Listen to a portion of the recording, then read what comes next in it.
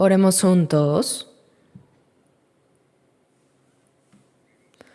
Nuestro Dios Padre, lleno de amor y de misericordia, te agradecemos por tu gran gracia que nos ha salvado a través de tu sangre. Gracias por tener misericordia de nosotros, aun cuando estábamos lejos de ti, caminando en pecado. Aun cuando no te conocíamos, el Señor Jesús murió en la cruz como la ofrenda de sacrificio en nuestro lugar, y con su preciosa sangre derramada lavó nuestros pecados para siempre y nos libró del juicio y la maldición, y nos salvó sin ningún mérito nuestro. Nos hizo hijos de Dios y nos ha dado la bendita esperanza de entrar en el reino eterno de Dios. Por toda esta gracia te damos las gracias, alabanza y gloria a nuestro Padre Dios. Agradecemos porque en este momento también nosotros, los redimidos por la preciosa sangre del Señor, estamos reunidos ante ti para alabar tu gran gracia y amor, para aprender tu palabra y tener comunión en la santa multitud donde tú estás. Creemos que incluso en este momento el Señor está entre nosotros. Por favor, cuida a cada uno de nosotros y sosténnos con tu mano misericordiosa, para que seamos perfeccionados aún más por el amor, la gracia, la palabra y el poder del Espíritu Santo del Señor, para que todo esto nos lleve a vivir el resto de nuestras vidas sin vergüenza como hijos de Dios. Este mundo cada vez más se llena de problemas y de más pecado, tanto que no podemos vencer este mundo con nuestras propias fuerzas. Señor, sosténnos más, por eso con tu palabra, tu sabiduría y el poder del Espíritu, y guíanos para que vivamos según tu voluntad y para tu gloria en tu palabra. Confiamos y agradecemos que el Señor cuide de todas nuestras iglesias en todo el mundo y de todos los hermanos que están guardando su fe y predicando el Evangelio en medio de las dificultades. Por favor, guíalos con tu gracia apropiada, Señor. Ayúdanos a testificar tu Evangelio más valientemente para llevar a muchas almas pobres que aún no son salvas ante ti, para que ellos puedan recibir la salvación.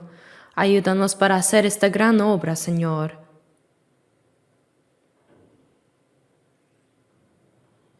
Dios, esta nación y este pueblo se encuentran en gran confusión y enfrentan muchas dificultades. Oramos para que tú nos protejas y nos ayudes para que podamos vivir nuestra vida cristiana en un estado más estable y hacer las misiones mundiales. Protégenos y guíanos con tu mano de gracia y poder. Concédenos también la gracia para que ninguno de nosotros tropiece. Señor, ayúdanos para que ahora podamos entender bien la palabra que deseas darnos y enséñanos el camino a seguir en cada momento oportuno, para que no nos falte nada para servirte verdaderamente y para poder hacer la voluntad y la gloria del Señor en el resto de nuestras vidas. Todo esto hemos orado en el nombre de nuestro Señor Jesucristo. Amén. Abramos la Biblia en Hebreos 11. Leamos Hebreos 11, versículos 4 y 5. Leamos juntos. Por la fe, Abel ofreció a Dios más excelente sacrificio que Caín, por lo cual alcanzó testimonio de que era justo, dando Dios testimonio de sus ofrendas, y muerto, aún habla por ella. Por la fe, Enoc fue traspuesto para no ver muerte, y no fue hallado, porque lo traspuso Dios. Y antes que fuese traspuesto, tuvo testimonio de haber agradado a Dios. Hasta aquí. El día de hoy A través de esta palabra vamos a aprender juntos el tema La fe de Abel y Enoc. Cuando el antepasado de la humanidad, cuando Adán fue tentado por Satanás en el huerto del Edén y desobedeció la palabra de Dios, él fue expulsado del huerto de Edén y vivió sudando su rostro y sufrió en la tierra maldita. Y a Eva, a la mujer que fue tentada primero por Satanás y que causó que Adán cayera en pecado con ella, Dios le dio dolor en la concepción y en el parto. Y Adán tuvo 2 primeros hijos, llamados Caín y Abel.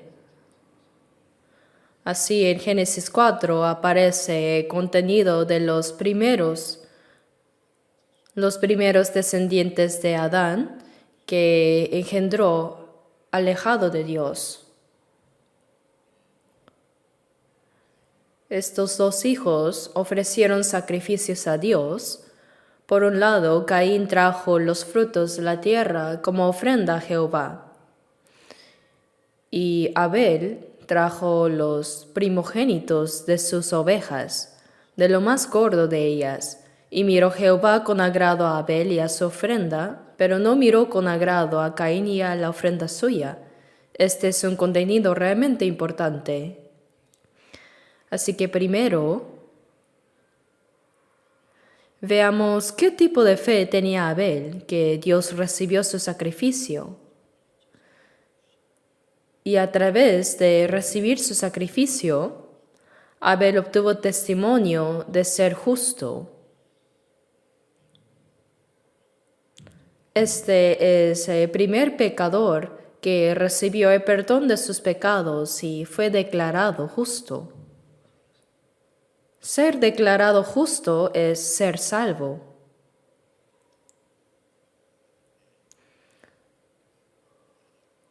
Cuando somos salvos, nos damos cuenta que somos pecadores ante Dios y anhelamos fervientemente recibir la salvación. No ofrecimos sacrificios, sino que Dios nos mostró gracia, como hemos recitado hoy, Isaías 53:6, Jehová cargó en él el pecado de todos nosotros. Dios envió a su Hijo unigénito como un cordero y cargó en él nuestros pecados. Jesús recibió la maldición y el juicio que debíamos recibir, y así lavó nuestros pecados para siempre. Cuando entendemos esto y creemos, recibimos el perdón de pecados y al mismo tiempo obtenemos testimonio de ser justos. Así que Abel se ha convertido en el representante de todas las personas que serán salvas por la gracia de Dios más adelante. Sin embargo, por el contrario, su hermano mayor Caín también ofreció un sacrificio. Pero su ofrenda estaba equivocada. Debido al pecado, la tierra fue maldecida. Y Dios dijo que el hombre tendría que sudar su rostro y trabajar para que la tierra le diera alimento. Pero Caín ofreció a Dios como sacrificio estos productos agrícolas obtenidos con el trabajo de las personas en esta tierra maldita para sobrevivir. Quizá Caín pensó que Dios aceptaría su sacrificio de esa manera. Su sinceridad, esfuerzo, celo y trabajo. Probablemente hizo todo lo que pudo. Pero Dios no aceptó la ofrenda de Caín. Por otro lado, la ofrenda de Abel no implicó trabajo, celo ni esfuerzo. es solo un cordero recién nacido de una oveja madre hace unos días. Un cordero, él ofreció un pequeño cordero a Dios como sacrificio. Y el hecho de que Dios aceptara el sacrificio de Abel, nosotros, los salvos, conocemos bien este contenido.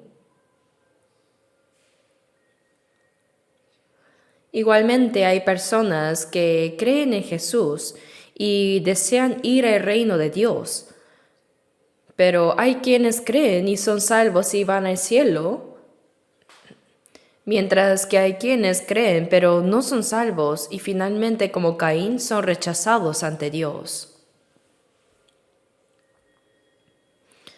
Pero lo sorprendente es que se dijo que los salvos son muy pocos. En Mateo 7:13 dice, entrad por la puerta estrecha, porque ancha es la puerta y espacioso el camino que lleva a la perdición, y muchos son los que entran por ella, porque estrecha es la puerta y angosto el camino que lleva a la vida, y pocos son los que la hallan. Sí, mucha gente va por el camino ancho. Dice que es el camino de la perdición. Dice, porque estrecha es la puerta y angosto el camino que lleva a la vida, y pocos son los que la hallan. Yo pensaba que esa palabra distinguía entre los que creen y los que no creen. Los que creen deberían vivir más piadosamente que los que no. No hay que pecar y ser diligentes para Dios, ¿no es así? Así que pensé que eso era ir por la puerta estrecha antes. Pero en realidad la puerta ancha y la puerta estrecha no distinguen entre los creyentes y no creyentes. O en otras palabras, entre los que asisten a la iglesia y los que no. Eso no es correcto. La puerta estrecha y ancha hablan de dos tipos de personas entre los creyentes. Así, en Mateo 7:21 dice, no todo el que me dice Señor, Señor, entrará en el reino de los cielos. Los que dicen Señor, Señor son creyentes. Sí, dicen Señor, Señor.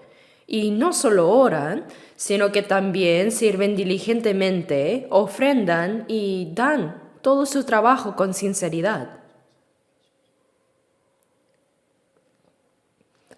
Sería bueno si esas personas fueran al cielo también. Pero mucha gente piensa que asistir a la iglesia es creer. Si preguntas, ¿crees en Jesús? Responden, sí, sí voy. Cuando preguntas, ¿a dónde vas? Dicen, voy a la iglesia. No estoy preguntando si vas o no a la iglesia, sino si realmente crees o no. ¿Has sido salvo? Sí, ir a la iglesia no es creer. Soy diligente, ¿eso no es creer? Así, hay demasiadas personas con una fe equivocada que no conocen la voluntad de Dios. Por eso en Lucas 13:24 Jesús dijo, esforzaos a entrar por la puerta angosta, porque os digo que muchos procurarán entrar y no podrán. Los que procuran entrar son los que creen para ir al cielo. Pero los que procuran entrar, que desean ir al cielo pero no pueden, los que no pueden entrar son mucho más que los que sí entran. Esto es realmente sorprendente. No todo el que me dice Señor, Señor entrará en el reino de los cielos, sino el que hace la voluntad de mi Padre que está en los cielos. Una vez pregunté a una diaconisa que asistía diligentemente a otra iglesia. Le pregunté, ¿usted ha recibido la salvación? Ella dijo, sí, creo que iré al cielo. Pero la palabra dice, no todo el que me dice Señor, Señor entrará en el reino de los cielos, sino el que hace la voluntad de mi Padre que está en los cielos. Entonces, ¿ha hecho usted la voluntad de Dios? Ella respondió, sí, debo hacerla. Intento hacerlo diligentemente. Está bien, entonces, ¿cuánto hay que hacer para entrar? Le pregunté. Ella dijo, pues hay que hacer todo lo posible, ¿no? Es un gran malentendido. La voluntad de Dios no es esa. San Juan 6:40 dice, y esta es la voluntad del que me ha enviado, que todo aquel que ve al Hijo y cree en Él tenga vida eterna. Y Mateo 18:14 dice, así no es la voluntad de vuestro Padre que está en los cielos, que se pierda uno de estos pequeños.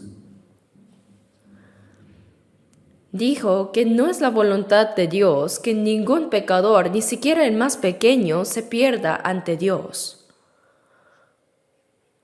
Por eso Dios ya ha dado la gracia para que todas puedan ser salvos, ¿cierto? Ya sea que hayas hecho buenas obras o hayas pecado, serás juzgado de la misma manera.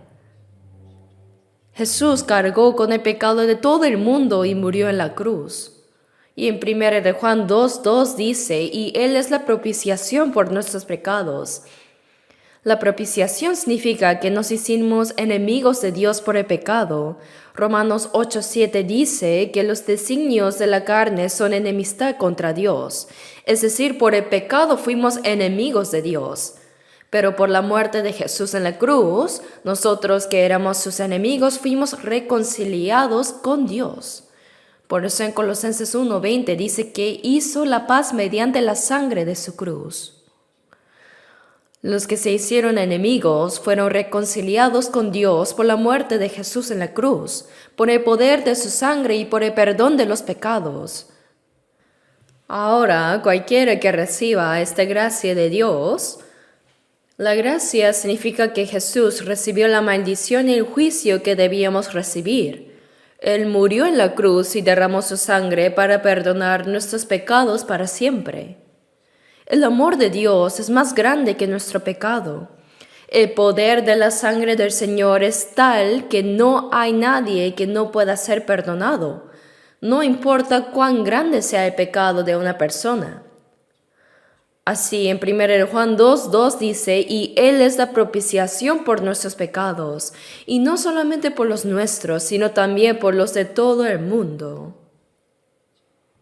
No solo por los pecados de los creyentes, sino que perdonó los pecados de todos los pecadores incrédulos en todo el mundo. Si comprendes y crees en esta gracia, cualquiera puede ser salvo. Por eso dice, de tal manera amó Dios al mundo que ha dado a su Hijo unigénito. Dar al Hijo unigénito significa que dio a su Hijo sin pecado como un sacrificio expiatorio, como un cordero. Esto para que todo aquel que en él cree, se refiere a creer en esa gracia, no se pierda, mas tenga vida eterna. Somos salvos enteramente por la gracia de Dios. No hay nada que añadir a la gracia de Dios, ni siquiera mi celo. Solo por la gracia del Señor somos salvos. En Juan 5:24 dice, el que oye mi palabra y crea al que me envió. Oír la palabra y creer en el amor y la gracia de Dios que me envió.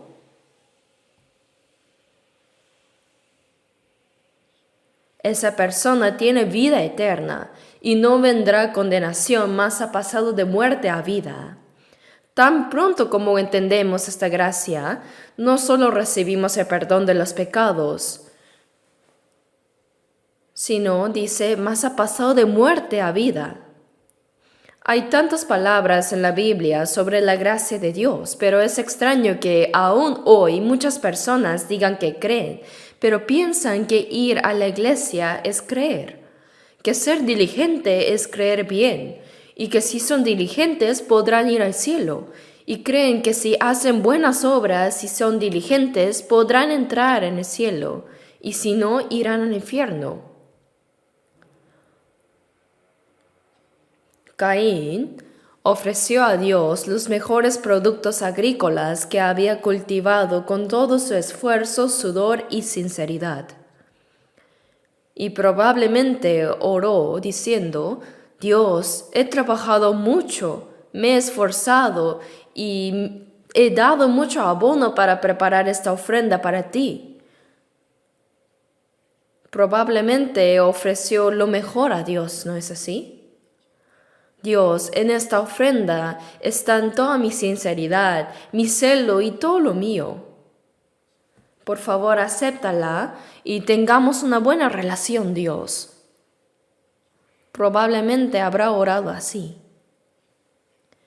Pero Dios no escuchó. ¿Por qué? Porque no importa cuán diligente y sincera sea una persona,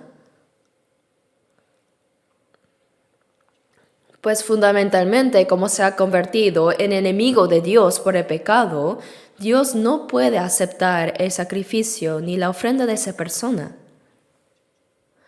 Estos productos agrícolas se obtuvieron mediante el trabajo para sobrevivir en la tierra maldita por el pecado del hombre. Dios no acepta lo que ha sido maldecido. Caín no sabía eso.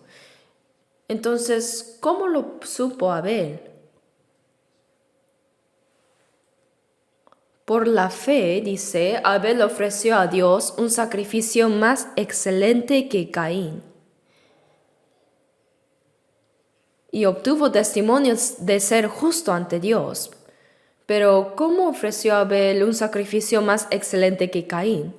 La respuesta es por la fe. ¿En qué creyó? Caín tenía celo, esfuerzo, sinceridad y trabajo duro, pero no tenía fe.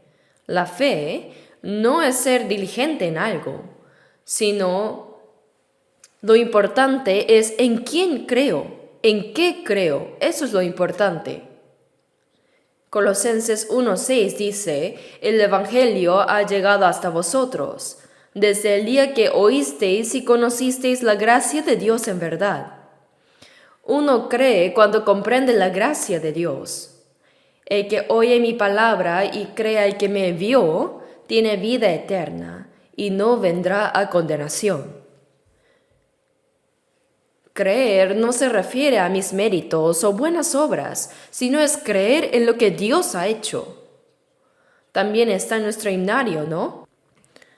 No puedo dejar de pecar por llorar mucho y derramar lágrimas. Y por más que me esfuerce o que mis palabras, intenciones y acciones sean limpias y buenas, no puedo nacer de nuevo. No funciona por esforzarse, ni por llorar. No funciona de ninguna manera, pero funciona creyendo. ¿Creyendo en qué? Creer solo en el Salvador Jesús. Creer en Jesús significa creer en lo que Jesús hizo. Y si voy al Señor, obtengo la vida eterna. La fe no es algo que yo tengo que hacer, sino lo que Dios hace para salvarme. Muchas personas malinterpretan esto, piensan que su buena obra es fe. La fe no es eso, es creer en lo que Dios ha hecho por mí. Por eso Caín pensó que Dios aceptaría su celo, su sinceridad y su esfuerzo. En Romanos 10:2 dice: porque yo les doy testimonio de que tienen celo de Dios. Los judíos de entonces sí tenían celo por Dios. Guardaban el día de reposo, daban diezmos y ayunaban para Dios 2 veces por semana. Daban limosnas. ¡Cuán bien lo hacían! Tienen celo de Dios, pero no conforme a ciencia, dice. ¿Qué no sabían ellos? El versículo 3 dice: porque ignorando la justicia de Dios y procurando establecer la suya propia, no se han sujetado a la justicia de Dios. La justicia de Dios. La justicia de Dios es lo que Dios ha hecho. No conociendo la justicia de Dios para salvarnos, Procurar establecer su propia justicia, su propio esfuerzo y pensar que así pueden ir ante Dios con su propia justicia siendo diligentes, al final Dios va a decir, no se han sujetado a la justicia de Dios.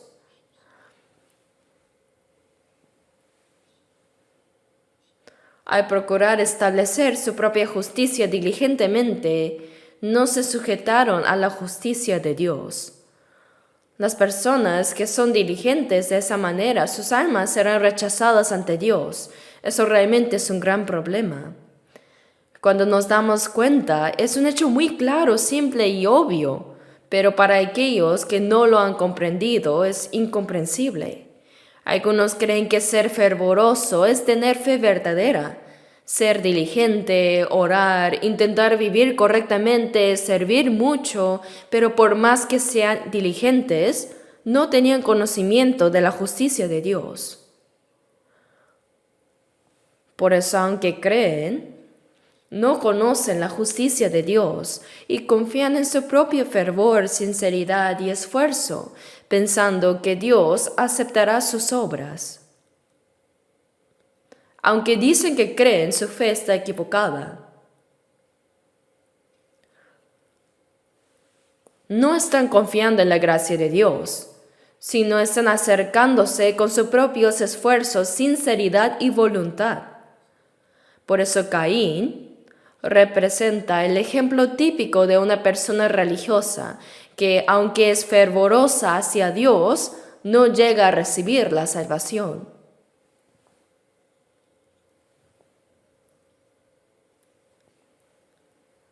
Miremos Romanos 3:20 por un momento.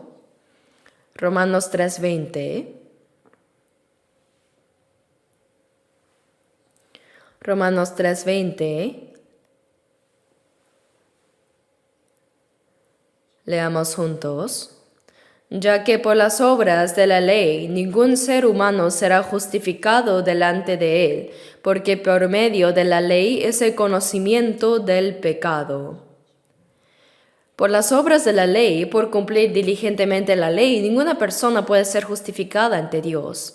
Entonces, ¿por qué nos dio Dios la ley?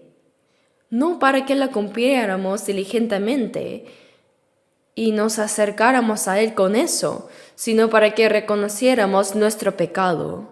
Cuando vamos al hospital, por ejemplo, ¿nos dan medicamentos primero o nos operan primero? No, primero nos examinan, ¿verdad? El diagnóstico es más importante. Si sale el diagnóstico preciso, entonces se puede tomar medicamentos o realizar una cirugía. Eso no lo hacemos nosotros, sino el médico. Así que la ley no fue dada para ser guardada y ser justificados ante Dios, sino para darnos el conocimiento de nuestros pecados. Es como ir al hospital y que el médico nos examine con el estetoscopio en el pecho y abdomen, pero uno le dice, doctor, póngalo aquí también, aquí, póngalo todo el día. Parece que está pensando que eso cura la enfermedad, pero es solo un diagnóstico, no es para curar. Así la ley es para que reconozcamos nuestros pecados. Muchas personas mal entienden este punto.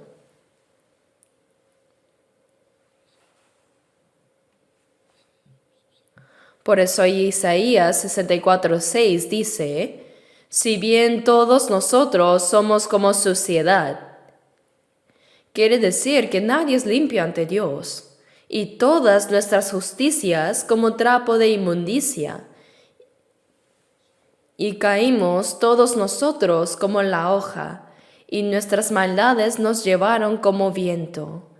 Todas las personas alejadas de Dios han caído y ninguna es limpia. Somos como suciedad, como personas impuras. Además, nuestra justicia es como trapo de inmundicia. No solo somos impuros por naturaleza, sino que nuestras obras de justicia son como vestidos sucios. Génesis 3 nos cuenta que después de que Adán pecó, descubrió su desnudez vergonzosa. e hizo delantales tejiendo hojas de higuera. Es decir, apenas que el ser humano pecó, descubrió su vergüenza desnuda ante Dios, y para cubrirla tejió hojas de higuera y se hizo un delantal. La primera ropa que la humanidad confeccionó fue algo parecido a una minifalda. Pero con la luz del sol durante el día esas hojas se secaron y al moverse, sentarse y levantarse se rompieron. Por la tarde probablemente solo quedaban unos tallos nada más. Cuando Dios lo llamó, Abraham respondió: tuve miedo porque estaba desnudo y me escondí. Aunque se había vestido, esa ropa no era suficiente. Por eso temerosos, con temor, Adán y Eva se escondieron delante de Dios. Génesis 3:21 dice: y Jehová Dios hizo al hombre y a su mujer túnicas de pieles y los vistió. La ropa que Dios hizo era de pieles. Las túnicas de pieles no eran de cuero sintético como diríamos hoy, sino que eran pieles de animales sacrificados que derramaron su sangre. Probablemente Dios mató una oveja o una cabra, derramó su sangre, quitó su piel y Él mismo lo diseñó y confeccionó. Él hizo la ropa para cada uno. ¿Por qué en el momento de expulsarlos del huerto del Edén, Dios les hizo vestidos de pieles para cada uno? Aunque ahora los expulsaba, Dios les estaba prometiendo que en el futuro, después de que la humanidad se arrepintiera completamente de su pecado contra Dios, Él enviaría a su Hijo unigénito por nuestros pecados, para perdonarnos y para limpiarnos con su sangre. Vamos a buscar Isaías 61. Isaías 61, versículo 10. Isaías 61:10. Si lo tienen, leamos juntos. En gran manera me gozaré en Jehová, mi alma se alegrará en mi Dios, porque me vistió con vestiduras de salvación, me rodeó de manto de justicia, como a novio me atavió y como a novia adornada con sus joyas. En gran manera me gozaré en Jehová, mi alma se alegrará en mi Dios. Me regocijo grandemente en Jehová y mi alma se alegra en mi Dios. ¿Por qué me alegro? No porque yo haya hecho algo diligentemente para Dios, sino porque Él me vistió con vestiduras de salvación. Para vestir con ropas de salvación, Hebreos dice: sin derramamiento de sangre no se hace remisión. Y Levítico 17:11 dice: porque la vida de la carne en la sangre está, y yo os la he dado para hacer expiación sobre el altar por vuestras almas, y la misma sangre hará expiación de la persona. Si una vida sin pecado muere y derrama su sangre, el pecado es perdonado. Por eso Hebreos 9:22 dice: sin derramamiento de sangre no se hace remisión. Sin derramamiento de sangre no hay perdón de pecados, y sin perdón de pecados no hay salvación tampoco. Por eso Jesús murió en nuestro lugar, y la sangre que Él derramó cubrió nuestros pecados. Esa es la vestidura de salvación. Cuando creemos en esa gracia, somos justificados. Con el manto de justicia y la vestidura de salvación, Él cubrió nuestra vergonzosa desnudez ante Dios, y por eso nos regozamos grandemente en Él. Es un hecho absolutamente claro. Pero Caín, por más que tenía sinceridad, esfuerzo y diligencia, no tenía la sangre.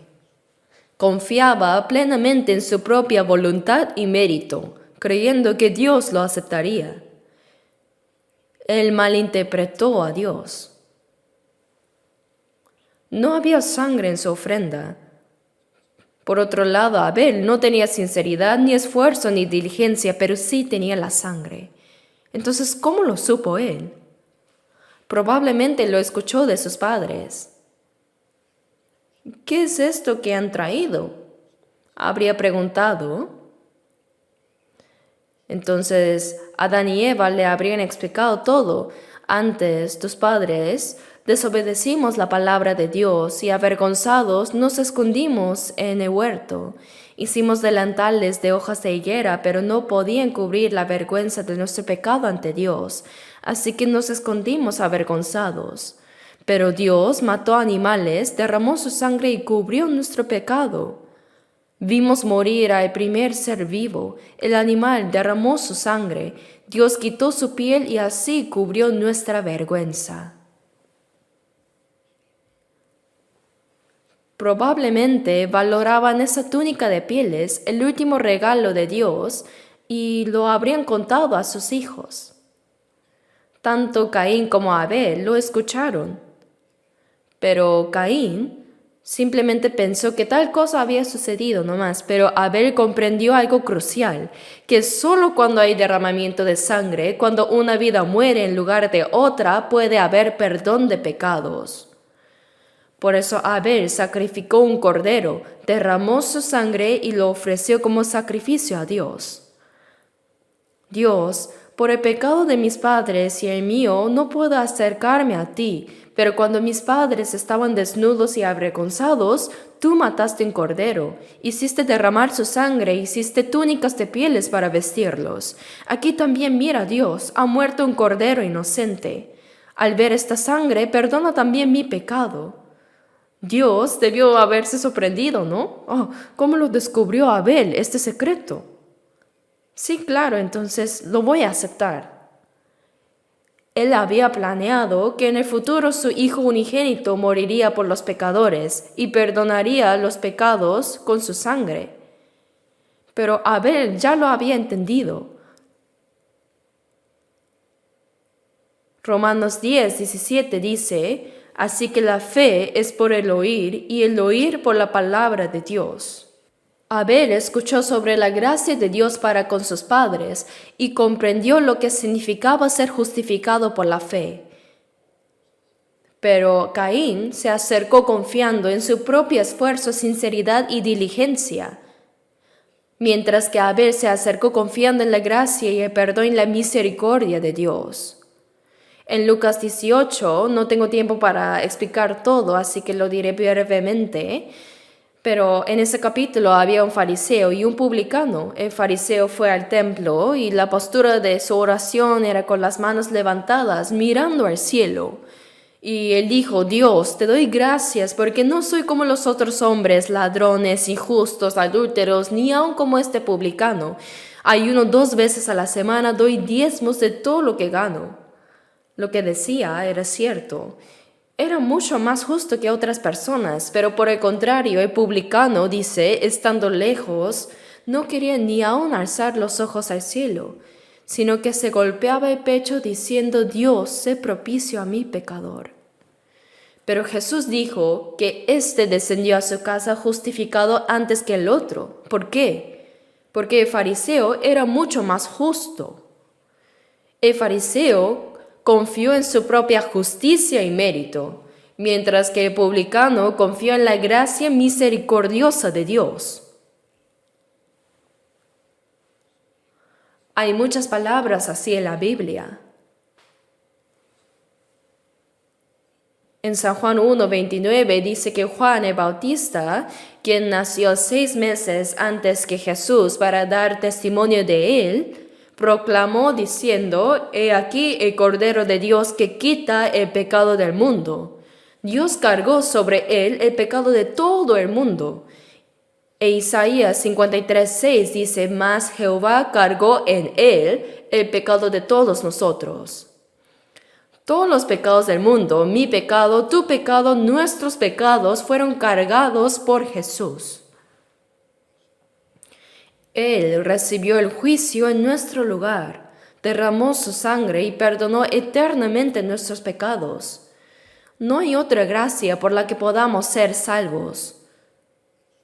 Sin embargo, muchas personas piensan que deben confiar en los méritos de Jesús y añadir también sus propios méritos, pero eso está totalmente equivocado. Primera de Pedro 1, versículos 18 y 19 dice, sabiendo que fuisteis rescatados de vuestra vana manera de vivir, la cual recibisteis de vuestros padres, no con cosas corruptibles como oro o plata, sino con la sangre preciosa de Cristo, como de un cordero sin mancha y sin contaminación.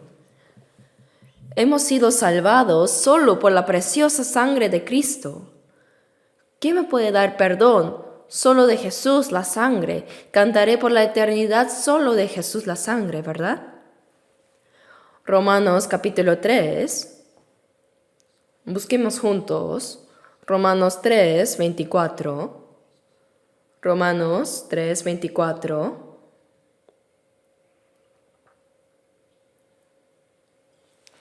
Versículo 24, leamos juntos.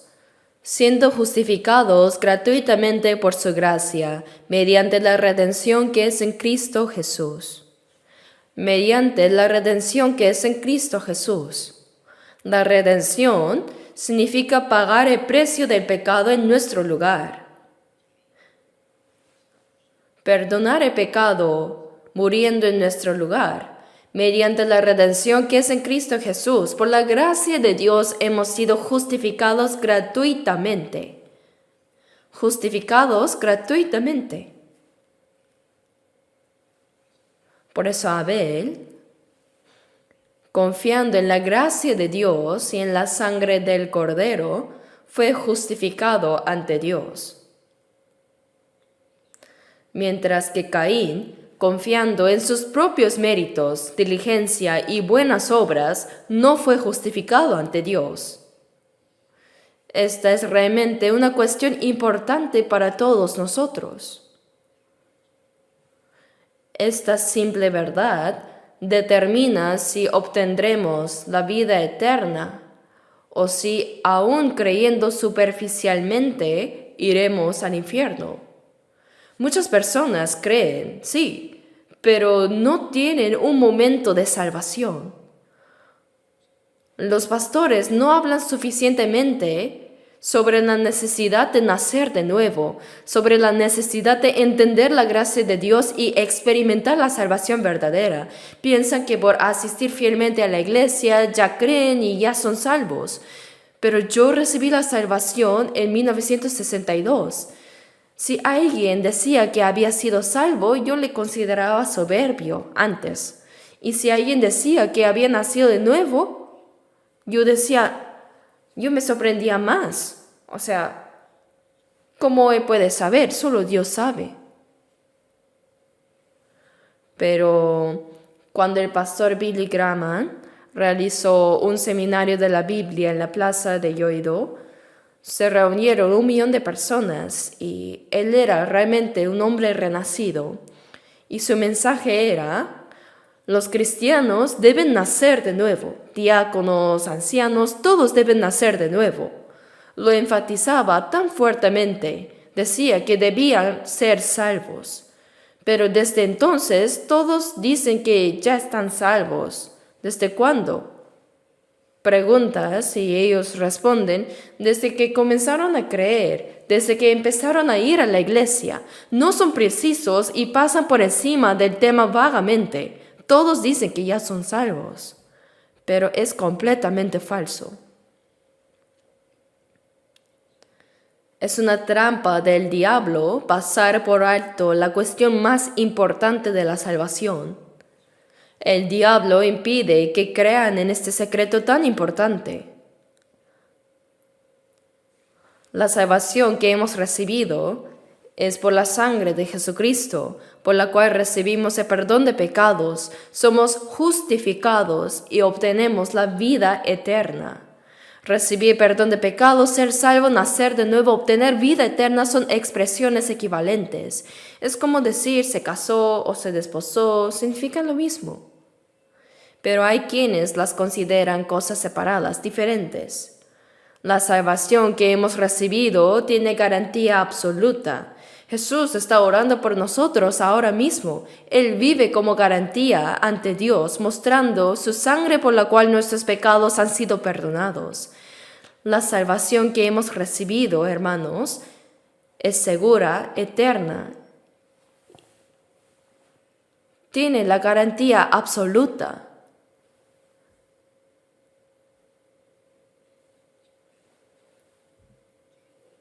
Nuestra salvación tiene una garantía absoluta. Y esa es la fe de Abel. Y ahora Hebreos 11:5 dice, por la fe, Enoc fue traspuesto para no ver muerte. Dios lo llevó antes de que se muriera. Y antes que fuese traspuesto, ¿qué testimonio tuvo? Lo leímos hace poco. ¿Ya se olvidaron? Antes de ser traspuesto, ¿qué testimonio recibió? ¿Nadie sabe? Tuvo testimonio de haber agradado a Dios.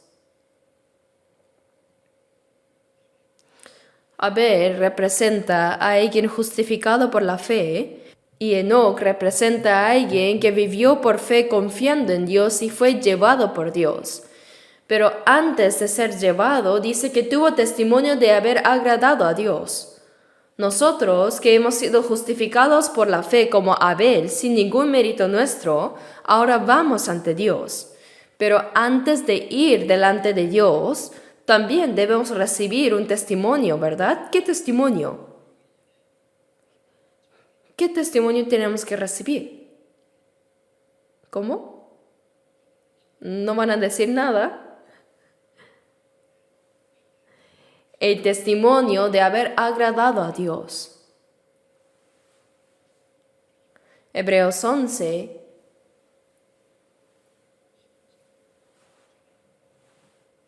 versículos 5 y 6 dice que Enoc tuvo testimonio de haber agradado a Dios. Parece que realmente vivimos en una época en la que como Enoc podríamos no morir y encontrarnos con el Señor vivos. El día de regreso del Señor está muy cerca. Es una bendición recibir la salvación, vivir la vida cristiana y morir para ir al cielo, pero también lo es no morir y encontrarse con el Señor vivo. Las personas que fueron arrebatadas sin ver la muerte fueron dos, Enoc y Elías. En Génesis 5 podemos leer que tal persona nació, vivió su vida de fe, murió a cierta edad, vivió tantos años y murió. Pero Enoc no vio muerte, sino que fue traspuesto. Realmente es un evento impactante. De verdad, el hecho de que una persona puede ir ante Dios, ya sea después de morir o estando viva, después de la muerte es difícil para los incrédulos saber si alguien fue al cielo o al infierno, ¿verdad? Pero en aquel tiempo, en el tiempo de Enoc, antes del diluvio, las personas vivían mucho tiempo. Génesis 5:22 dice que caminó Enoc con Dios 300 años y engendró hijos e hijas. No caminó con Dios aislándose en las montañas para ayunar y orar, sino que caminó con Dios mientras vivía su vida familiar, teniendo hijos y viviendo con los demás. Y versículo 24 dice, caminó pues Enoc con Dios y desapareció porque le llevó Dios. Es la primera vez que se muestra que una persona puede ir al reino de Dios. De verdad, ¿no es un evento impactante que una persona haya ido ante Dios incluso estando viva? En Génesis 1:27, después de que Dios creó todo, ¿cuál fue el propósito de crear al hombre a su imagen? Lo que fue creado a la imagen de Dios es el alma. Pero si las personas creadas a la imagen de Dios simplemente sufren en este mundo, viven pecando y mueren, ¿en qué se diferencian entonces de los animales? Salmos 49:20 dice, el hombre que está en honra y no entiende, semejante es a las bestias que perecen. Si no hay alma, somos como las bestias, el hombre. Pero los hombres no son bestias, sino que son seres preciosos creados a la imagen de Dios. ¿Y por qué fueron creados así? Para ser el compañero del amor de Dios, para recibir la vida de Dios, para ser salvado y para ser hijos de Dios y para vivir en el reino de Dios y vivir eternamente con Él. Es el propósito de haber sido creado a su imagen. Entonces, ¿por qué nos dio la salvación? Mateo capítulo 1. María quedó embarazada. Fue por el Espíritu Santo, pero su comprometido José se sorprendió. ¿Qué pasó? ¿Será que la buena María fue violada? Los soldados romanos hacían cosas así. Mientras pensaba en romper el compromiso, se le apareció un ángel y le dijo, José, no temas recibir a María, tu mujer, porque lo que en ella es engendrado del Espíritu es, y dará a luz un hijo, y llamará su nombre Jesús, porque él salvará a su pueblo de sus pecados. El significado del nombre Jesús en inglés es Jesus is Savior, es la salvación. El nombre de Jesús es la salvación. Y llamará su nombre Emmanuel. ¿Qué significa Emmanuel? Significa Dios con nosotros. El propósito de la salvación es que Dios esté con nosotros. Por eso, en Éxodo, capítulo 29, versículos 45 y 6, dice, vamos a buscarlo rápido. Es una palabra importante, así que busquemos Éxodo 29, versículo 45.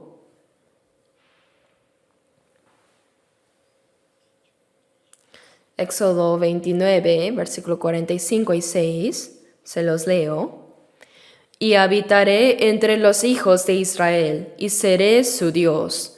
Y conocerán que yo soy Jehová su Dios, que los saqué de la tierra de Egipto, para habitar en medio de ellos, yo Jehová su Dios.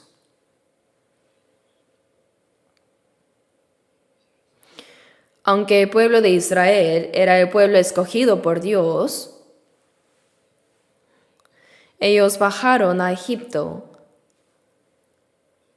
y sirvieron al faraón y vivieron como esclavos miserables durante 400 años.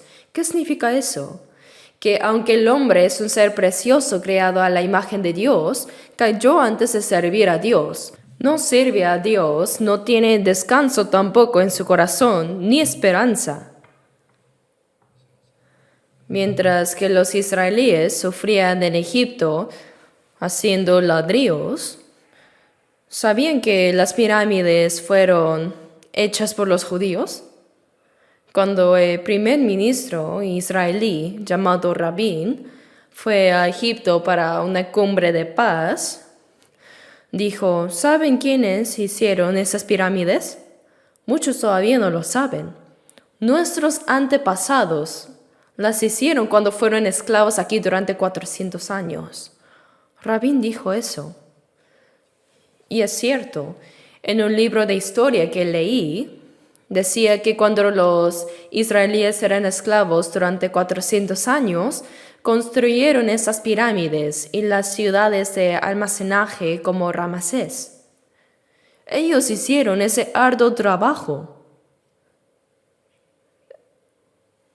Es por eso que los judíos ahora tienen la mejor técnica del mundo para construir con piedras. ¿Sabían eso? Por eso, aun estando dispersos por todo el mundo, eran contratados como maestros constructores. No solo construían con piedras, ¿sabían que también formaron organizaciones secretas? La Freemason, la organización secreta más temida del mundo. Free significa libre y Manson significa albañil, constructor con piedras.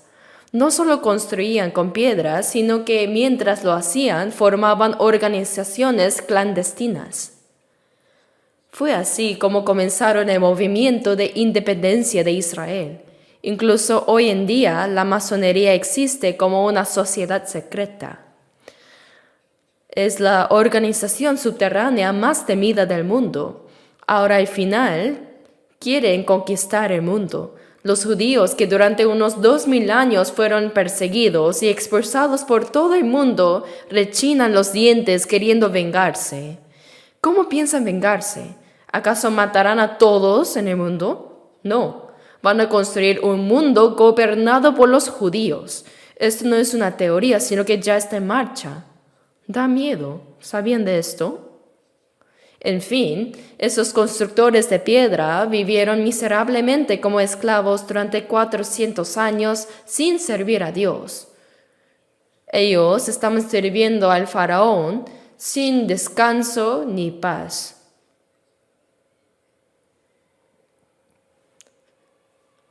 No tenían ninguna esperanza, pero en ese momento Dios envió a Moisés y trajo sobre Egipto las 10 plagas y sacó a Israel con su poder, ¿cierto? Delante de ellos estaba el Mar Rojo bloqueando el paso y detrás lo seguía el ejército egipcio, pero el mar se abrió y cruzaron en seco. Salmo 106:9 dice, les hizo pasar por el abismo como por un desierto. El ejército egipcio, sin saber qué pasaba, los siguió y todos se ahogaron. Incluso hoy en ese lugar del Mar Rojo aún se encuentran ruedas de los carruajes egipcios. ¿Por qué se llama Mar Rojo? Porque hay muchas montañas rojas. Yo pasé también por ese mismo trayecto 2 veces, mirando hacia la derecha el Mar Rojo. Desde el Cairo, para entrar en Israel, en ese entonces no había vuelos directos. En Éxodo 29 dice que Dios liberó al pueblo de Israel de Egipto para habitar entre los hijos de Israel y para ser su Dios, para que ellos conozcan que Él es Jehová su Dios, que los sacó de la tierra de Egipto. Para habitar en medio de ellos, Dios los sacó. ¿Cuál fue el propósito de liberar a Israel? Fue para que Dios estuviera con ellos. Éxodo 25:8 dice, y harán un santuario para mí. Esto es una figura de lo que Dios haría en el Nuevo Testamento. Salvarnos para poder estar con nosotros. El propósito de Dios al salvarnos es para poder estar con nosotros. ¿Lo sabían? No es solo ser salvos y decir, nos vemos en el cielo, no es así. Desde el día en que fuimos salvos, Dios está con nosotros. Por eso en Génesis 5:24 dice que Enoc caminó con Dios. Significa que vivía junto a Dios. Y antes del juicio final del mundo, antes del diluvio, Dios lo llevó a Enoc consigo sin que viera la muerte. Así que en 2 Pedro 3:16 en adelante, a partir del versículo 6, dice, por lo cual el mundo de entonces pereció anegado en agua, es decir, por el diluvio de Noé. Pero los cielos y la tierra que existen ahora están reservados por la misma palabra, guardados para el fuego en el día del juicio y de la perdición de los hombres impíos. Al final este mundo será juzgado por fuego, tal como descendió fuego y azufre sobre Sodoma y Gomorra. ¿Sabían que en el Mar Muerto no hay ni una planta ni un pez? Está completamente muerto ese mar. Pero al lado de ese lugar hay fuentes termales de azufre. He estado ahí 2 veces. Hay un valle extendido junto a él y todavía hay grumos de azufre. También hay aguas termales de azufre. Cuando se hicieron pruebas con ese azufre, Se descubrió que es el azufre más puro del mundo. Cuando se le prende fuego, arde instantáneamente. Eso prueba claramente que Sodoma y Gomorra fueron destruidas por azufre. Pero cuando Dios juzgue al mundo al final, no necesitará enviar fuego del cielo como lo hizo con Sodoma y Gomorra. En Isaías 50, versículo 11, se menciona: «He aquí que todos vosotros os rodeáis de teas, andad a la luz de las teas que encendisteis». ¿Saben cuántas bombas ha creado el hombre? Incluyendo Corea del Norte, hay actualmente 9 países con armas nucleares. Y si estalla una, provoca una reacción en cadena. Según informes científicos, si estalla una guerra nuclear, en tan solo 30 minutos la Tierra será destruida por completo. No una, sino más de 100 veces podría quemarse completamente este planeta. No es una historia de ciencia ficción, es un hecho. Antes de que el mundo sea juzgado por fuego, Dios llevará a los creyentes salvos. Los llevará, y aunque antes del juicio final habrá una falsa paz, y 144,000 del pueblo de Israel serán salvos, luego el mundo será juzgado con fuego. Pero antes de eso, cuando el Señor venga en el aire, Él llevará consigo a los creyentes salvos.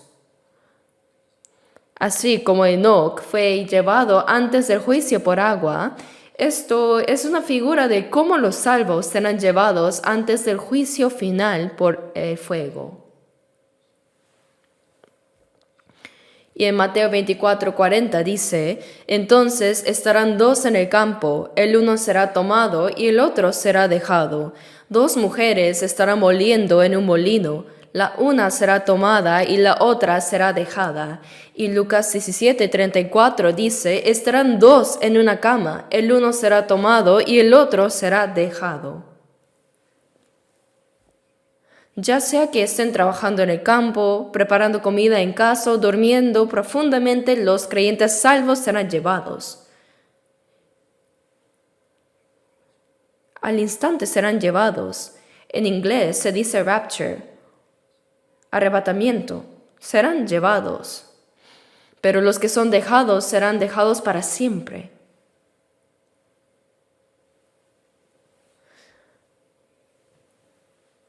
Así que, al igual que Enoc, creo que también nosotros podemos ser llevados en vida. Aunque ya soy mayor,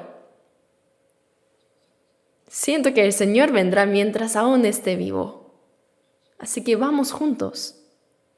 ¿Sí?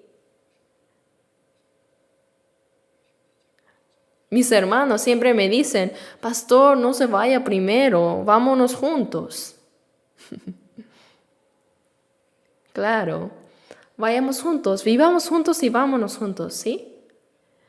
Una vez que somos salvos, el Señor está con nosotros mientras vivamos en esta tierra. Dios camina con nosotros. Así como guió al pueblo de Israel fuera de Egipto para habitar en medio de ellos, también el propósito de nuestra salvación es que Dios esté con nosotros. Desde el momento de que recibimos la salvación, el Señor está con nosotros. En 1 Corintios 6:19 dice: «¿O ignoráis que vuestro cuerpo es el templo del Espíritu Santo, el cual está en vosotros, el cual tenéis de Dios, y que no sois vuestros, porque habéis sido comprados por precio?» En cuanto recibimos la salvación, este cuerpo se convierte en un templo. ¿Lo sabían? ¿No sabéis que vuestro cuerpo es el templo del Espíritu Santo que mora en vosotros? Dice. ¿Dónde está el Señor ahora? Él está dentro de mí, no está lejos allá. Algunas personas suben a las montañas para orar desesperados, gritando: «Señor». Con todas sus fuerzas grita. ¿Y qué dice Dios? ¿Qué? ¿Así? Si el Señor está en mí, ¿por qué tengo que gritar? Aunque hable en voz baja, Él me escucha. Aunque no lo diga, solo en mi interior también lo escucha. Lo sabe todo, incluso hasta mis pensamientos. Por eso en Gálatas 3:2 dice: recibisteis el Espíritu por las obras de la ley o por el oír con fe. Ustedes, los salvos, deben creer que el Espíritu Santo está en ustedes. Romanos 8:9 también dice: y si alguno no tiene el Espíritu de Cristo, no es de Él. ¿Qué significa la palabra cristiano?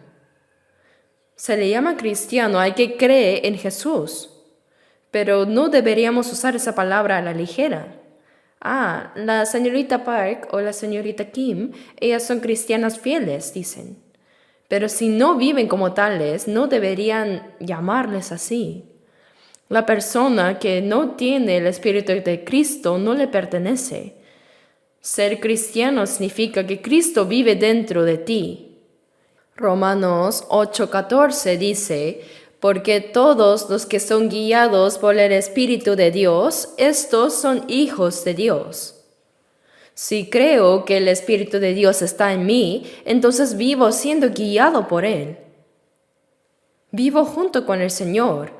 La vida de una persona salva es, por supuesto, una vida que camina con el Señor. Pero hay quienes que, aunque han sido salvos, piensan que Dios está todavía ya lejos. Creen que si hacen algo mal a escondidas, Dios no lo verá.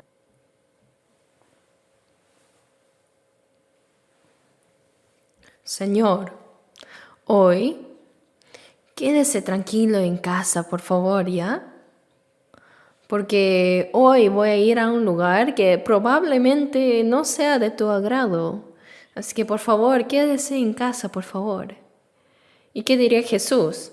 Qué bien, sí, ve con cuidado. ¿Así? No, Él diría: yo también voy contigo. Si estoy dentro de ti, ¿cómo voy a separarme?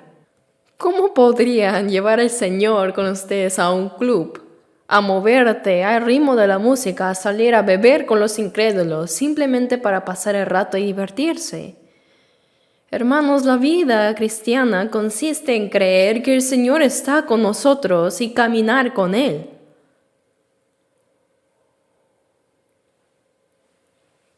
Caminar con Dios.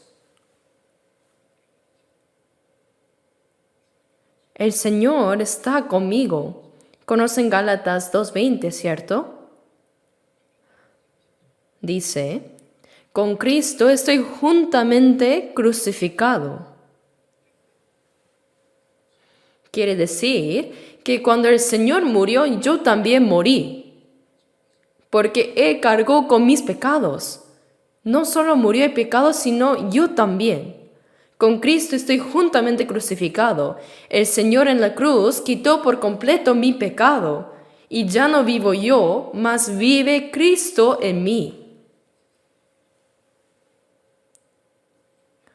Ahora yo he muerto y el Señor vive en mí. Él ha venido a morar dentro de mí y ahora es el dueño de mi vida. Antes vivía a mi manera, con mi terquedad y según mis propias maneras, pero ya no. Ahora el Señor es el dueño, Él está en mí. Y ya no vivo yo, mas vive Cristo en mí, y lo que ahora vivo en la carne, lo vivo en la fe del Hijo de Dios, el cual me amó y se entregó a sí mismo por mí. El Señor que me amó y se entregó por mí está dentro de mí, y vivo por la fe en ese Señor. Yo vivo con Él. ¿Pueden sentir al Señor? Hay que creerlo. Eso es vivir con el Señor. Por eso en Juan 14:20 dice: en aquel día vosotros conoceréis que yo estoy en mi Padre, y vosotros en mí y yo en vosotros. Desde el día que fuimos salvos, como dice la alabanza, siempre en mí está el Señor y yo también en Él. Estoy en el Señor y el Señor está en mí, es verdad. Ahora, no se puede separar a Cristo de mí. A esa persona se le llama cristiano. Cuando fuimos salvos, recibimos la salvación como pecadores. Pero ya saben que el nombre de Jesús significa salvación y Emmanuel significa Dios con nosotros. El propósito de salvarnos fue que Dios pudiera estar con nosotros. Mientras vivamos en esta tierra, Dios está con nosotros. Y ahora veamos Apocalipsis 21. Apocalipsis.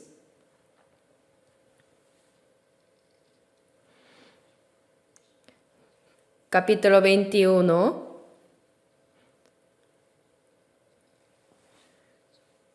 Versículo 1. Leamos juntos. Vi un cielo nuevo y una tierra nueva, porque el primer cielo y la primera tierra pasaron y el mar ya no existía más. Y el versículo 3. Y oí una gran voz del cielo que decía: He aquí el tabernáculo de Dios con los hombres, y Él morará con ellos, y ellos serán su pueblo, y Dios mismo estará con ellos como su Dios. Enjugará Dios toda lágrima de los ojos de ellos. Hasta ahí, léanlo mucho, por favor. Lean mucho la Biblia. Aquí, un cielo nuevo y tierra nueva se refiere al cielo eterno. El planeta Tierra será destruido a su debido tiempo, ¿sabían? Pero nosotros iremos al cielo nuevo y a la tierra nueva. Dice: He aquí el tabernáculo de Dios con los hombres, y Él morará con ellos, y ellos serán su pueblo, y Dios mismo estará con ellos como su Dios. Enjugará Dios toda lágrima de los ojos de ellos. Esta vida empieza con llanto, se vive con llanto y termina con llanto también, ¿no? Incluso el Señor lloró mucho mientras estuvo en este mundo. El versículo más corto de la Biblia dice: Jesus wept. Jesús lloró. Jesús experimentó todo el sufrimiento y aflicción que experimentamos los humanos. Y en el cielo, aquellos que fueron salvos vivirán eternamente con el Señor después de caminar con Él en esta tierra. Aquellos que caminaron con el Señor aquí vivirán eternamente con Él en el cielo. ¿Creen en esto? Los que no tienen esa esperanza son los más desdichados. Hermanos, este mundo es pasajero, es breve. Salmos 89 dice: Recuerda cuán breve es mi tiempo. Nuestra vida es corta. En Salmos 39:5 David dijo: He aquí, diste a mis días término corto, y mi edad es como nada delante de ti. Delante de Dios, si pones una hormiga en la palma de tu mano, pronto caerá, ¿cierto? Así de corta es nuestra vida ante Dios. Y mi edad es como nada delante de ti. Ciertamente es completa vanidad todo hombre que vive. Uno puede ganar mucho dinero y volverse rico, lograr grandes cosas, alcanzar poder, ser presidente o lo que sea. Pero todo es como un sueño de una noche. La vida es como un solo capítulo de un sueño, y cuando termina todo se acabó. Y Hebreos 13:14 dice: Porque no tenemos aquí ciudad permanente, sino que buscamos la porvenir. Hermanos, esta vida es corta, es muy corta, tienen que saberlo. Santiago 4:14 dice: Porque ¿qué es vuestra vida? Ciertamente es neblina que se aparece por un poco de tiempo y luego se desvanece. David dijo: Ciertamente es completa vanidad todo hombre que vive. Salmos 39:6 dice: Ciertamente como una sombra es el hombre, ciertamente en vano se afana, amontona riquezas y no sabe quién las recogerá. David lo vio claramente. Se afana en vanidades acumulando riquezas como si fueran a vivir cientos de años. Y versículo 7 dice: Y ahora, Señor, ¿qué esperaré? Mi esperanza está en ti. Esto lo dijo David cuando ya había conquistado las naciones vecinas y se convirtió en el rey más grande. Hoy en día, en nuestro país todos quieren ser presidente. Pero cuando uno se convierte en presidente y hace mal, puede terminar en una casa grande, ¿no? Que es la prisión. Ese cargo más problemático. Cuando era niño, todos decían que querían ser presidentes. ¿Acaso es tan bueno ser presidente? Ese cargo más difícil, ¿sabían eso? Yo agradezco no haberme convertido en presidente por eso. Aunque nadie me lo ofreció, ni lo quiero. Estoy muy bien así. Hermanos, en esta vida no importa si vivimos en pobreza o en riqueza, si estamos enfermos y enfrentamos la muerte, igual todo es temporal. Cuando pensemos que pronto estaremos ante el Señor, nada más importa. La pobreza no importa, ni si la gente te señala o te critica. No hay razón para enorgullecerse por recibir halagos, ni para entristecerse por las críticas. Pues el Señor está conmigo y estará conmigo hasta que me lleve a su reino. Esta vida pasa rápidamente. ¿Por qué esperamos tanto de este mundo temporal? Nuestro verdadero hogar está en otro lugar. Sí, caminamos con el Señor aquí, luego vivimos eternamente con Él en el cielo. No por 100, 1000 o 10,000 años, sino para siempre. ¿Pueden creerlo? Si no pueden creerlo, es grave. Aquellos sin esta esperanza son los más miserables. Cuando ven a la gente del mundo, pensamos, incluso los ricos pronto se irán y los pobres también. Entonces, ¿por qué hay tanta codicia? Los ricos quieren más y los pobres desean también más. Pero después de ser salvos, ya no importa si somos ricos o pobres, ¿verdad? Porque es como un sueño. En un sueño puedes soñar que eres rey, que eres rico o que estás sufriendo, pero cuando despiertas se acabó. No pongan su corazón en este mundo. No tengan expectativas aquí. Nuestro verdadero hogar está en otro lugar. Dios ya lo ha preparado. Hebreos 13:14 dice, no tenemos aquí ciudad permanente, sino que buscamos la porvenir. Por eso Dios ha preparado para nosotros una ciudad eterna. Cuando Jesús habló de su partida en la cruz, sus discípulos estaban angustiados y preguntaron qué harían si Él se iba. Estaban turbados de corazón. Por eso en Juan 14 dice, no se turbe vuestro corazón, creéis en Dios, creed también en mí. En la casa de mi Padre muchas moradas hay. Si así no fuera, yo os lo hubiera dicho. Voy pues a preparar lugar para vosotros, y si me fuere y os preparare lugar, vendré otra vez y os tomaré a mí mismo, para que donde yo estoy, vosotros también estéis. Jesús les dijo que se iba. Aunque los discípulos habían sufrido con él, también habían disfrutado de su compañía, así que preguntaron, ¿y ahora qué haremos si te vas, Señor? Pero él les dijo, no se turbe vuestro corazón. En la casa de mi Padre muchas moradas hay. Eso fue el consuelo que dio el Señor. Y dijo, si así no fuera, yo os lo hubiera dicho. No importa cuán grandes sean nuestras dificultades aquí, el Señor nos consuela diciendo, no te preocupes, nuestro hogar está en otro lugar, es eterno. En la casa de mi Padre muchas moradas hay. ¿Se han imaginado lo hermoso que será el cielo? Por muy buenas que sean las cosas de este mundo, cuando lleguemos al cielo probablemente no serán ni una 10,000ª parte comparado con lo que veremos allá. Cuán hermoso debe ser el cielo. Hebreos 1:14 dice que todos los ángeles son espíritus ministradores.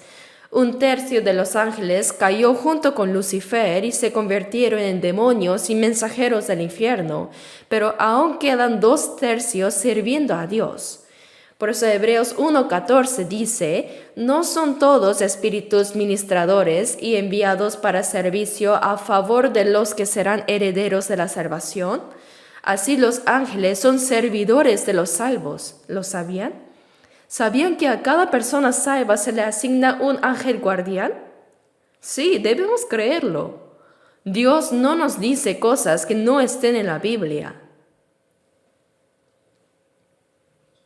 Y por cierto, los ángeles si caen, Jesús no murió por los ángeles.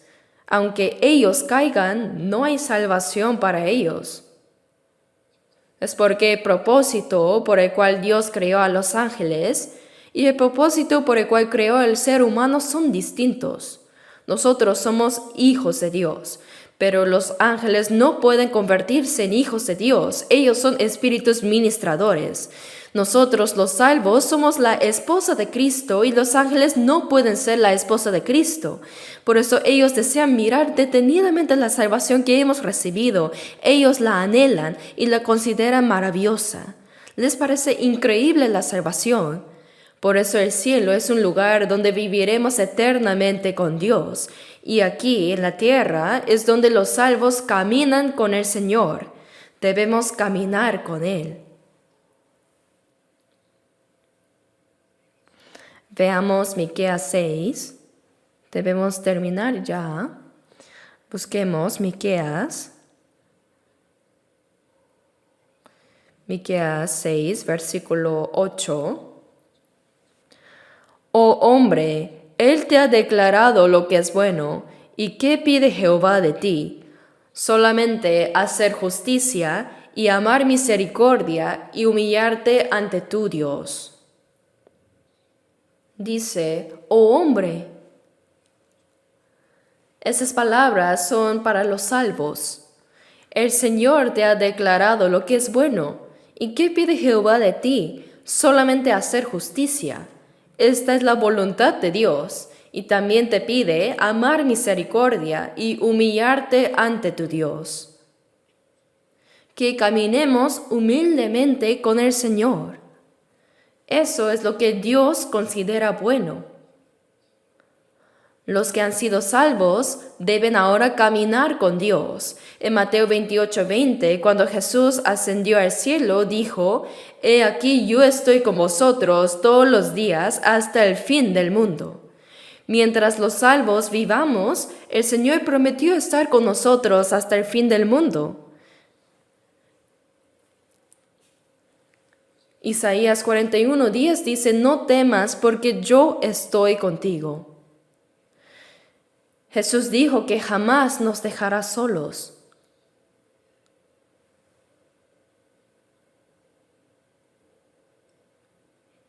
Caminar con Dios es llevar una vida apartada del pecado. Jeremías 11:45 dice, sed santos porque yo soy santo. Y 1 de Pedro 1 dice, sed también vosotros santos en toda vuestra manera de vivir. Dios nos dice, sed santos porque yo soy santo. Para caminar con Dios debemos vivir apartados del pecado. Como Dios es santo, nosotros también debemos vivir en santidad. Por eso una vida que camina con Dios es vivir con sinceridad. Vivir de una manera que Dios apruebe en todo. Proverbios 3:6 dice, reconócelo en todos tus caminos, y Él enderezará tus veredas. Reconocerle en todo significa que involucramos a Dios en cada asunto de nuestra vida. Consultamos con Él. ¿Dios debería hacer esto o no? Si nuestro propósito es claro, entonces consultamos con Dios. Y Él, que conoce nuestros corazones, ciertamente nos ayudará. Debemos hablar con Dios sobre todo, sobre cada asunto. Eso es reconocerle en todos nuestros caminos. Hay que dejar que Dios intervenga. ¿Para qué es caminar con Dios si no es para eso? No es para que vivamos como queramos.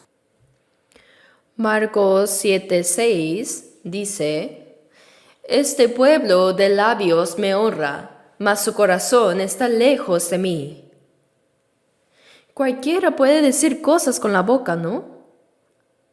Alaban, incluso alabar sin vivir según la voluntad de Dios es una alabanza falsa.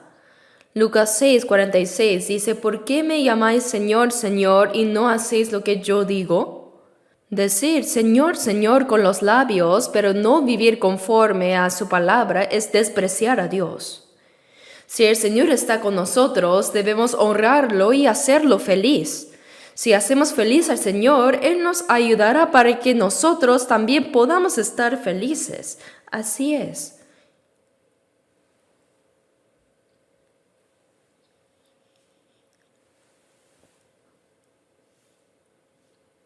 Bueno, intenté ser breve, pero me alargó. Ya quiero terminar.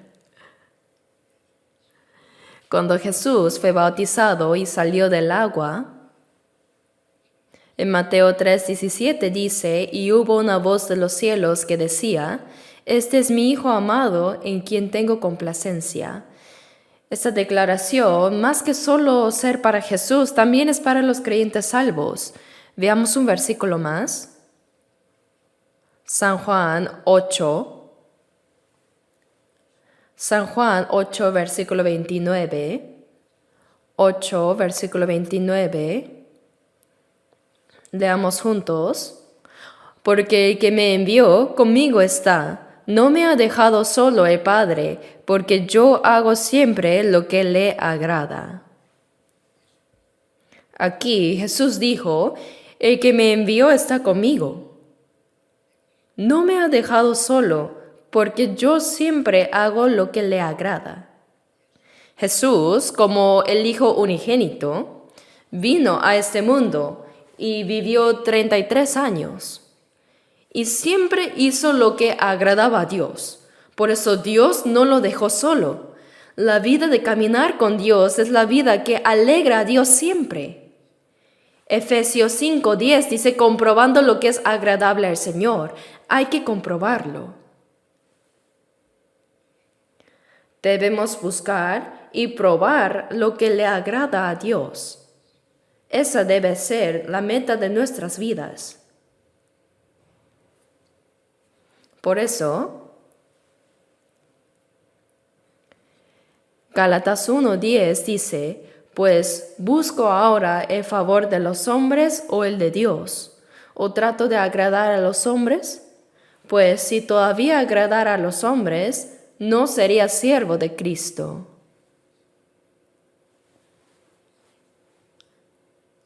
El apóstol Pablo también dijo en 2 Corintios 5:9, por tanto procuramos también, o ausentes o presentes, serle agradables. Pablo se esforzaba por agradar al Señor, ya sea en vida o en muerte. Y Efesios 5:10 dice, comprobando lo que es agradable al Señor. Hay que buscar y comprobar. La respuesta está en la Biblia. Debemos encontrar en la Biblia qué es lo que agrada a Dios y vivir como Jesús vivió. Jesús no solo es nuestro Salvador, sino que su vida terrenal también es el modelo para todos los creyentes. Así como Enoc, debemos recibir el testimonio de haber agradado a Dios antes de ser arrebatados, ¿no? Una vida que camina con Dios, una vida que le agrada, una vida apartada del pecado. Eso es lo que debemos hacer. Mediten profundamente en eso, por favor. ¿Qué debo hacer para agradar a Dios? Lo sabrán si estudian la Biblia. Debemos comprobar cuál es la buena voluntad de Dios agradable y perfecta. Vamos a discernir eso y vivir así. Oremos juntos. Dios Padre, lleno de misericordia, gracias por apiadarte de nosotros que andábamos en pecado lejos de ti. Gracias porque nuestro Señor Jesús cargó con la maldición y el juicio que nosotros merecíamos recibir y porque nos salvó sin ningún mérito nuestro. Ahora nuestro corazón, alma y cuerpo son tuyos, Señor. Queremos vivir según tu voluntad. Por eso, guíanos para que todo lo que comamos, bebamos o hagamos, lo hagamos para tu gloria y para que podamos llevar una vida que te agrade. y cuando pronto sea el día de tu retorno, esperamos, Señor, vivir eternamente contigo en tu reino eterno. Protege a todos los hermanos salvos, Señor, y ayúdanos a vivir por tu voluntad. Todo esto hemos orado en el nombre de nuestro Señor Jesucristo. Amén.